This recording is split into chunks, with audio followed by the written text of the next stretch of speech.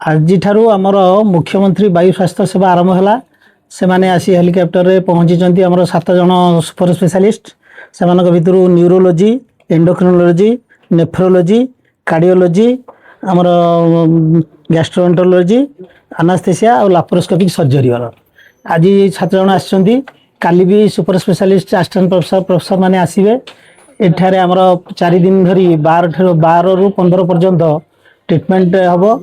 ता छड़ा भी अलग टेस्ट सब आमर ईसीजी होउची, तापरे एठी हमर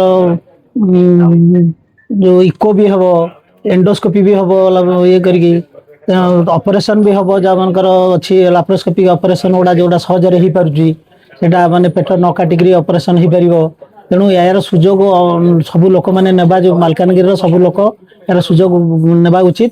तेणु 4 दिन पर्यंत आमर चलियो 15 तारीख पर्यंत। तेणु 15 तारीख पर्यंत लोक मैंने आसतु एवं यार फायदा उठातु। मुख्यमंत्री स्वास्थ्य वायु स्वास्थ्य सेवा प्रति 3 मास थे होची, फिर जाई आउ 3 मास पर हम। तेणु आज एबे जोटा होची तार फायदा नापी लोक मान अनुरोध करा।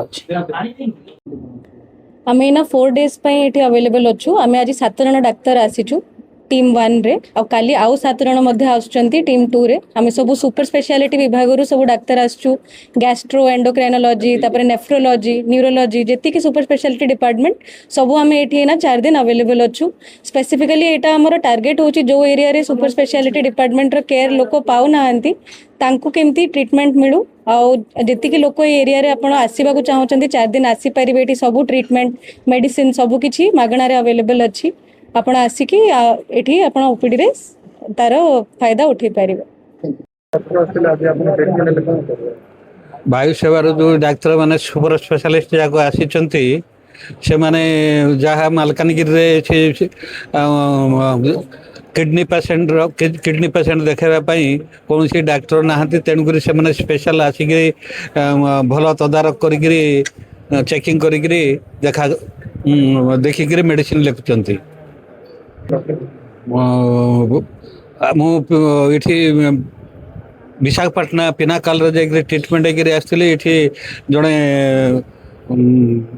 डॉक्टर देवाशीष पंडा बोली अच्छा सी मत फॉलोअप कर गाइड रे नेफ्रोलॉजी जे किडनी डाक्तर मत एडवाइस देले आउ थे बहुत भल लगला। एबे मत खुशी लगला।